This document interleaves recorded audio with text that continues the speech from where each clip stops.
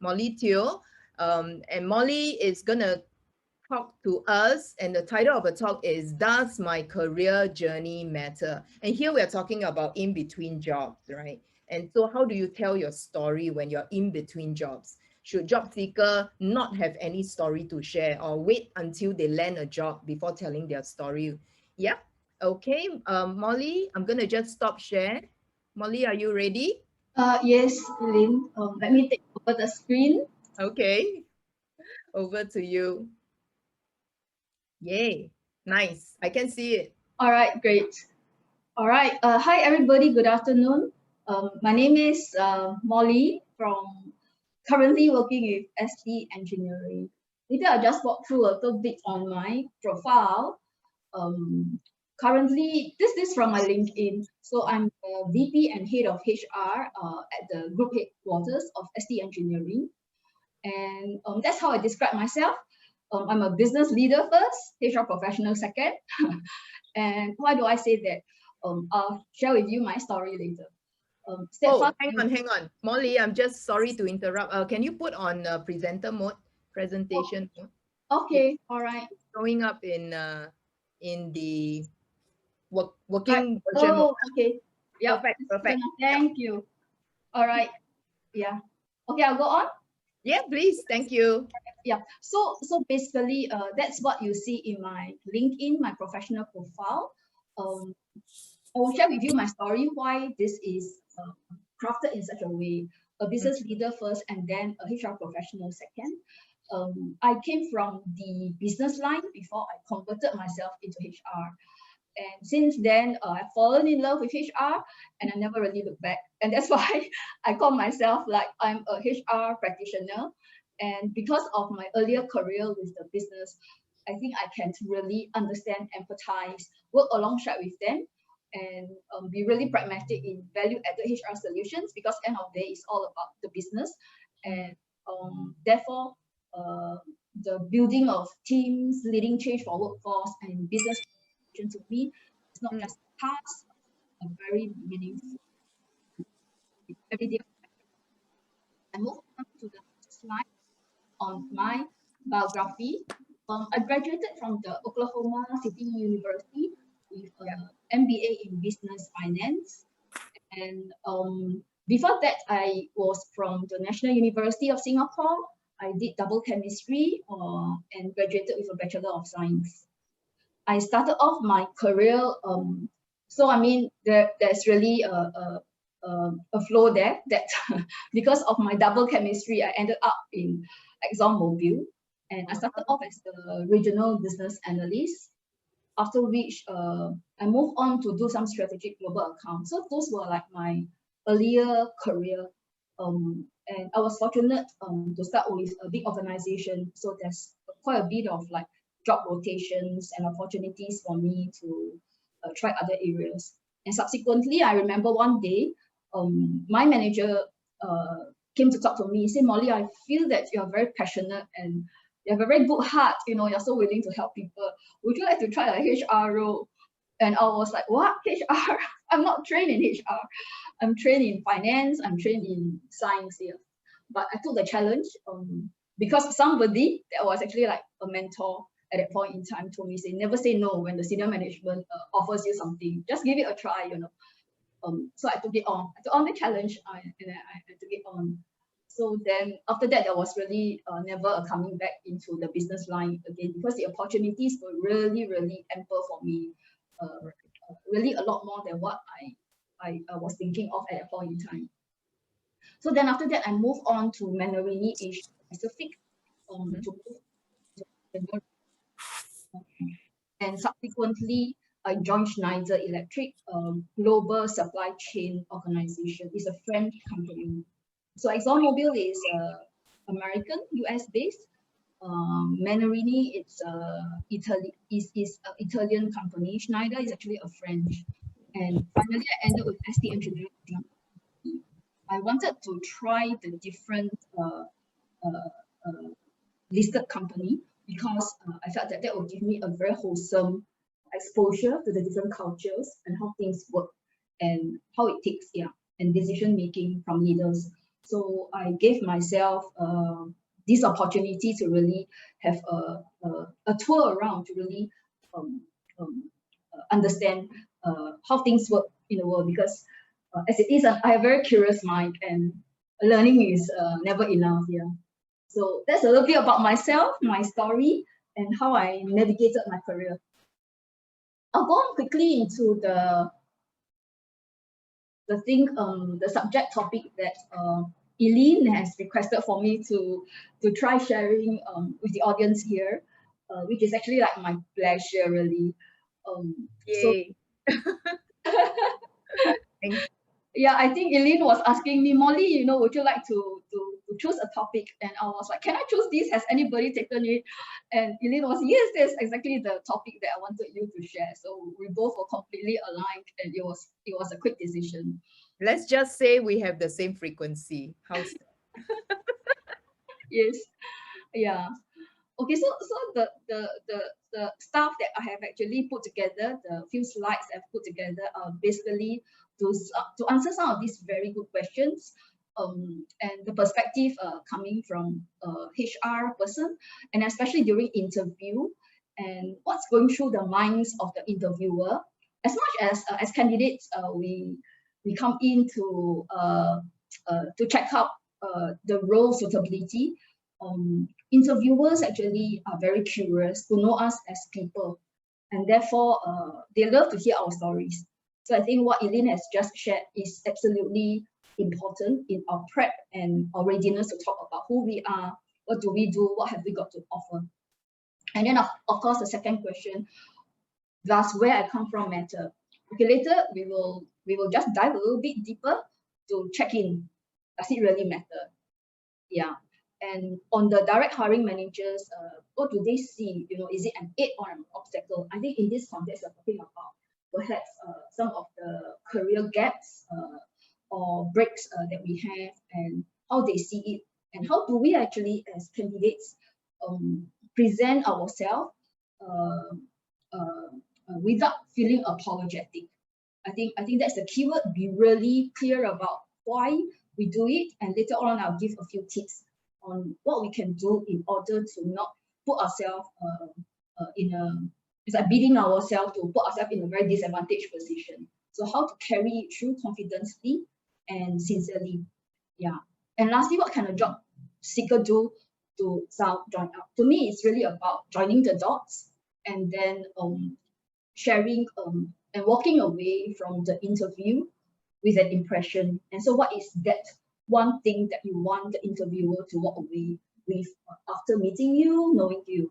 So that's the crux of the 20 to 30 minutes that I'm going to share with you. So do send in questions along the way, and I'll just try to answer as much as I can. Okay, I'll Yes. move And, on. and just a hint to everybody, Molly looks after rewards. So I'll say take your chance and ask question. Actually, the company has got a two-in-one from me, because I graduated with international finance, so I'm pretty good with numbers. And actually, a lot of people actually ask me, Molly, you're from like finance, right? Why are you doing like HR? And I said that actually, this is my secret weapon, because my colleagues from finance always think that HR are just so so people HR that Yeah. they don't really know about numbers. But I said that no, actually I have a secret weapon here, because I can read P&L, and I can understand how the situation in the company is. And therefore we can predict, right? And also in terms of the compensation, what is really like right for the company, and what is really right for the employee. So as HR, we many a times actually are standing in between the gaps, trying to help the senior management on navigating the cost versus the value, right? If you bring in this person, this is the amount of value that this person can bring in, and therefore I think there shouldn't be a cap to how much potential or values people bring into the organization, if we see that that's really like a good match. So most of the time when I send in salary proposal, I do get, quite good chance lah that senior management will say, okay, go ahead, because they know that I don't anyhow hamdam, just because I have chemistry or I like a certain candidate. So I do. Oh dear, Molly. I think all the job seekers are gonna, gun after you and ask you, because they want a sure win, sure get kind Yeah. of a job offer. But one thing for sure, I think all my employers will know that I'm a company person. So meaning to say, one of my guiding principle is about your being ethical and really making sure that you're doing things responsibly. So I'll never like do things that are ridiculous. So so I do want to carry my branding and be very sure that that image and also that reputation is sustained throughout my whole career. So usually I'm quite careful. So if there's anything that I really want to gun for a certain candidate or certain employee is typically substantiated. Yeah, the reasons for wanting to go and to go beyond. Yeah.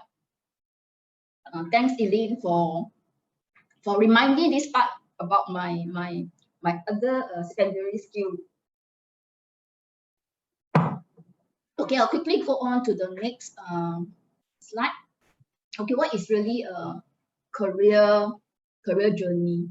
So when we talk about career journey, it's almost synonymous to when you enter into you're invited for an interview, and the first thing I think most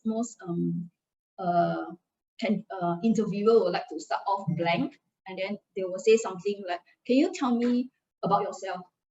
Okay, so this is really asking, "Tell me your career journey." Okay, basically what the interviewer wants to know is they want to find out to do a prediction of your suitability to the role. Okay, so he hopes to understand how you make career decisions, how you're motivated as a person, what energizes you. So it's like as much as candidates want the job, because okay, in HR, I always say the cost of recruiting is so expensive. The steps that we take so many steps to get there. So and then after we get the employee or the candidate in to become our employee, the experience counts. So that's the other part of the Wegoyo. Okay, I always remind my stakeholders that you really have to take care of your employees, because especially new employees, because the experience that they encounter in the first 100 days, which means to say the first 3 months, is so important, or whether they will stay or they will go. Otherwise, it's a lose-lose. The candidate lose and the employer lose, and it's very costly. And therefore, the sharper we are during the interview process in understanding the candidate, the more rigor we go through, the better the chances of getting the right person for the company, as well as from the candidate's perspective in finding their dream job. So, so this interview and the level of insights that we want to find as much as possible is almost like a courting stage between a male and a female before you enter into a marriage for long life. So you want to find as much as possible what's the motivation. Do you share the same value or similar values professionally? Where are you in your life stage, and is there a longer runway ahead, and therefore can contribute more to the company, as well as the other way around, which is like the company can offer a fulfilling and meaningful job and career for you. So that's what the interview process hopes to achieve, and therefore what you say, how you present, and finally if you're offered the job, really does matter a lot. So my suggestion over here is, when an employer or a prospective employer or interview start by asking you like, can you tell me more about you? You can actually by the most current, discussing your current situation, highlight your major relevant achievements, responsibilities, and then after that you work backwards by talking along the direction of your professional achievements, summarize your previous experience and how they have actually helped you for this role, and ultimately focus on the results that you can quantify where possible. So it's a bit of like what I call mapping the prep is actually very important, the preparation process of sharing your career journey versus like the job that you are targeting for. So you need to spend a little bit of time to compare the two. Who are you as a person? What have you achieved? What really do you have that you can bring value to this organization and to the table of this organization? That preparation of thinking right and being honest with yourself will definitely be manifested during an interview. And because if you have thought through, it will be so smooth. It's like what Eileen has just shared with us about, like, tell me your story. Then I think mentally, if you have met that, is actually pretty fun and easy, because you will just go on and you just talk like, yeah, it's just part of your life. Yeah. So you usually such open-ended question are meant for you to free flow. Also, interviewers typically want to know you as a person and how you make decisions, and whether there's some consistency and do you have the tenacity, the resilience whenever you are hit with like some challenges, and what do you do about it. So those are good opportunity to really also showcase yourself on even things that you have not done well, and in retrospect, because a certain point in time there was certain situation and circumstances, but then it becomes a learning, and therefore it's you have actually reflected, you have actually moved on, and therefore if a similar situation comes along, you will be able to handle it even better. So these are all the things that, because nobody is really perfect, and I think if you tell an interviewer everything is so smooth, it's probably not so realistic. Yeah. So it's important to be really sincere, honest, and talk about it.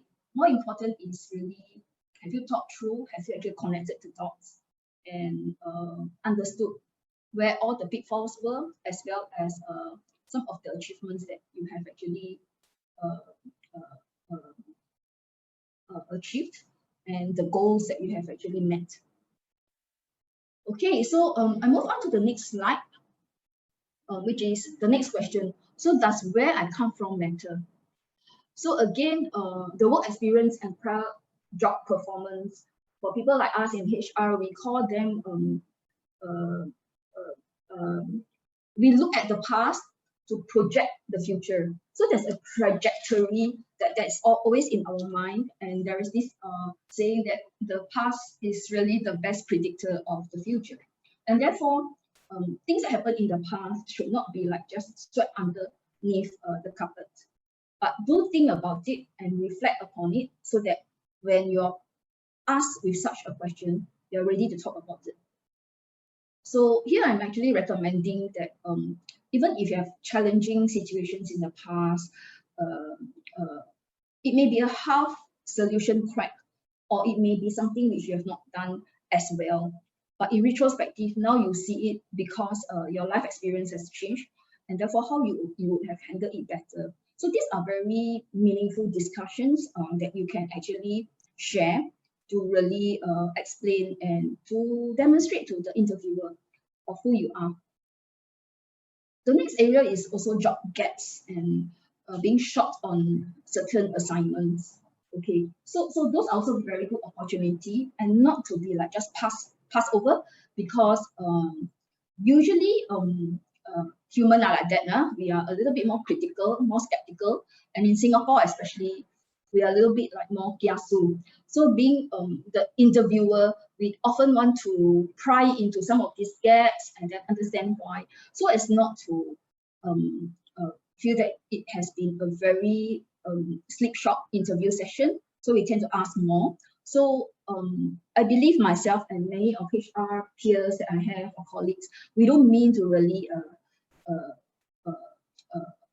make a judgment call, but really is to really like find out on actually what happened.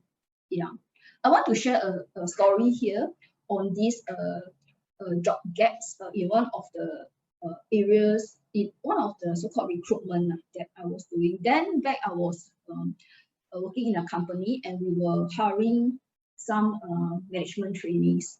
So this poor boy, actually during school time, he ended up with bad influence and bad company. Actually, he ended up in the boys' school. In that sense, she was out from school for about 1.5 years. So during that period, every day he has to go back to report to the police, right? Although he was like given some time off at home, so can't really find a very meaningful job.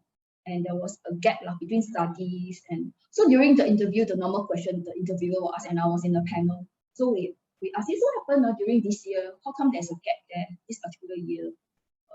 And he suddenly turned green and couldn't answer that question. So we censored, the panel of interviewer actually censored.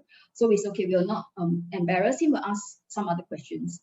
So we went on to talk about other areas, and we tried to keep him a little bit more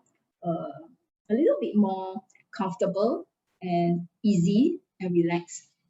But then again, one of my colleagues, the panel of interview, did not let him go because it's like, must find out what happened that year.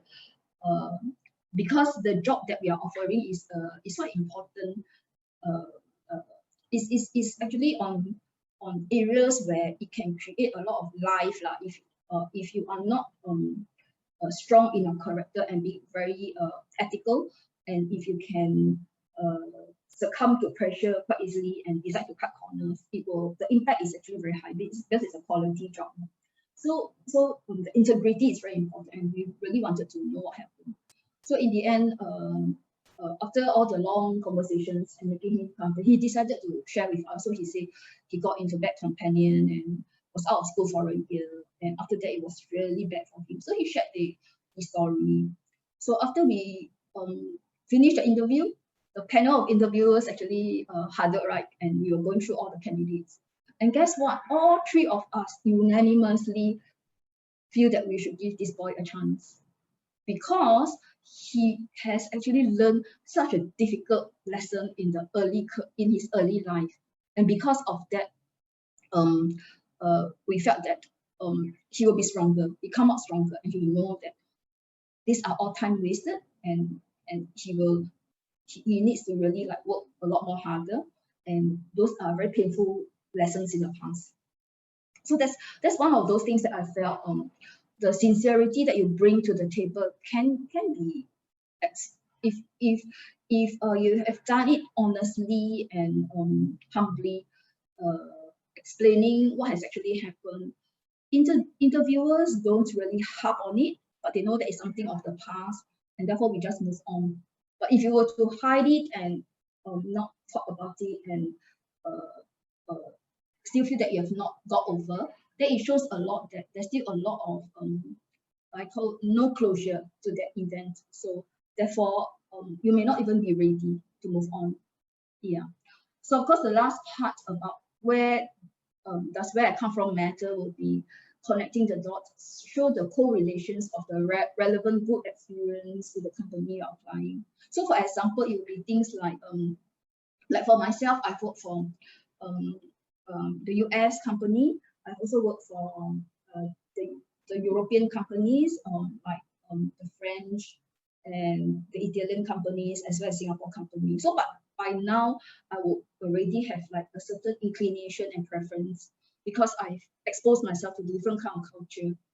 And therefore, these are all if I go for the next job interview and for a role that I really want, I'll be able to talk about it, and I'll be able to explain what's really my preference in correlation to the experience that I have versus what the employee is looking for.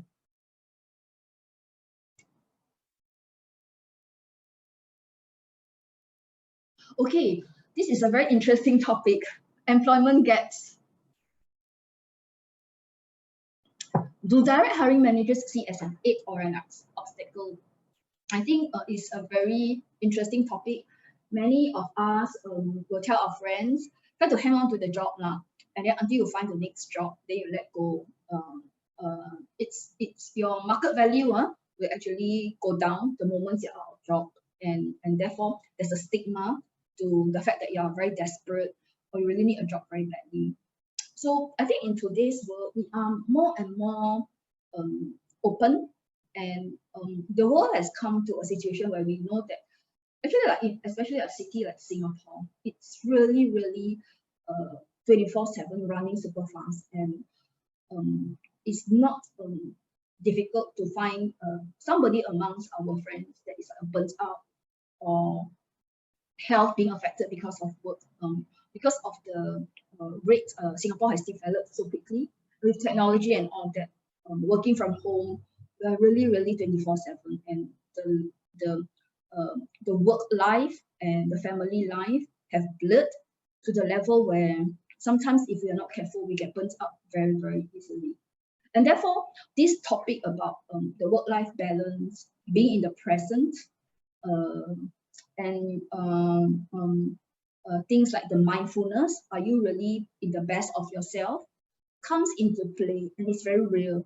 So because if you have been persevering year after year and year after year, have not given yourself a chance to take a good break and to recover, actually honestly, it can lead to bad mental as well as health issues. And therefore, I think uh, all of us, if any, we are looking in, we are all considering this short break or just a gap year, should think about it seriously, not to over. It's like a machine. If you need to send the car for a service, you just need to send the car for a service. You just need that break. Don't push it too far because it will break down. So it's a similar analogy that I'm putting, or you may just need to take a job that is not as heavy, not as demanding. Yeah. So then if you really do that, what do you do, when you're ready to come back to work? So make sure, I always feel it's like there's consistency in people that are responsible. They want to live their life well. They will always make the best of whichever circumstances they are in. Responsible living, and therefore, if you are taking a break, that doesn't necessarily mean that you will just be sitting around just watching TV all the time. So, picking up a new skill, but in a very leisure and enjoyable way, such as the online learning and something which you'll never get a chance. You have been in the hard engineering side of the world. You want to pick up public speaking. You want to do a new, a more progressive topic such as design thinking, or even Python in technology such as programming and all that kind of thing. It's very popular these days, and therefore you take your time, and it's like what Stephen Covey says, right? Sharpen your tools. So in one of the organization I work in, learning is so important, and every year we have this thing called the Learning Week. And during this learning week, we profile all our senior management, sharing with us on what are the latest books they have read, the latest course they have attended, some of the networking session, the TED Talks, and we interview them. And we actually encourage all employees that we should really take care of ourselves in this aspect. So there's really nothing wrong about taking a break. Don't think that that's a stigma. But important is actually communicate it confidently, sincerely, and enthusiastically. Yeah. So on how to actually bring this topic, I put 3 key points there. I think it's important to again tell your story and spend a few minutes to think through how your story is going to be like. So for example, it can be a situation where you recognize that it's time to move on. And why is it time to move on? Think about it and collect the information and put it down so that you're very clear. And then after that, during the break itself, what have you done during your career break?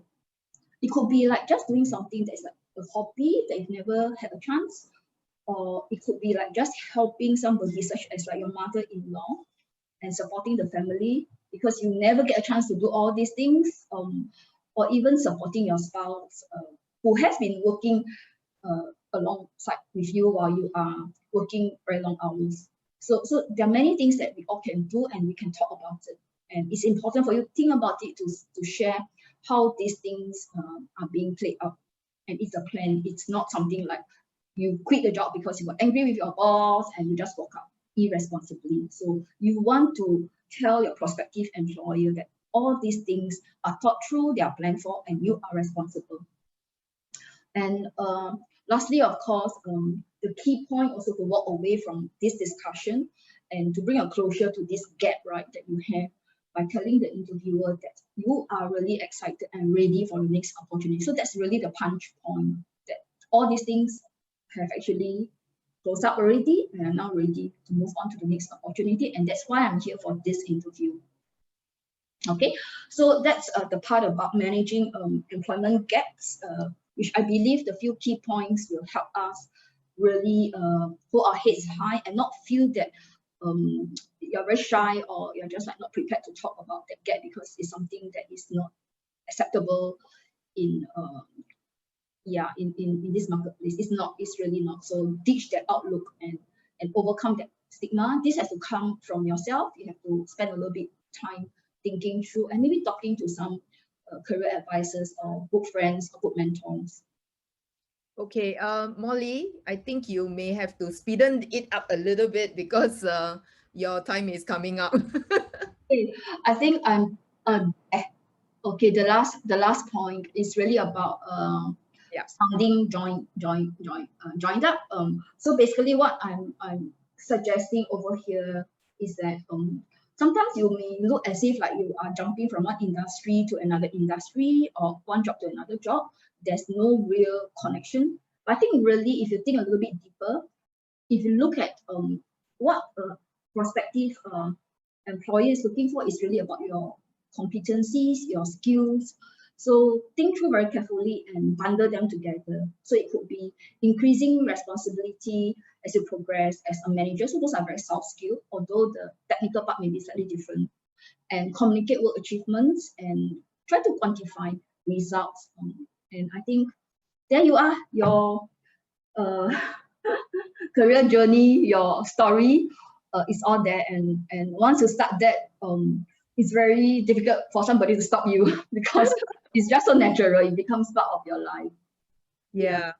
Really, my key takeaway for all of us here is that there's really more than one way to meet our career goals. So don't be discouraged. I think sometimes we just need to relax a little bit, because the more relaxed you are, the better you are in your creativity and the better you are in really being able to contribute and bring value to the organizations that employ you. So I wish everybody all the best and really be creative. I think Singaporeans sometimes we are really too serious. Yeah. Relax. Thank you so much. Take the time to just consolidate your own thinking, give yourself a pivoting opportunity. Yeah. Thanks everybody, and thanks Elaine. Yes, Molly, you know, as you are speaking, you have there's a lot of questions generated. So you might want to take a look at some of the questions in the Q&A.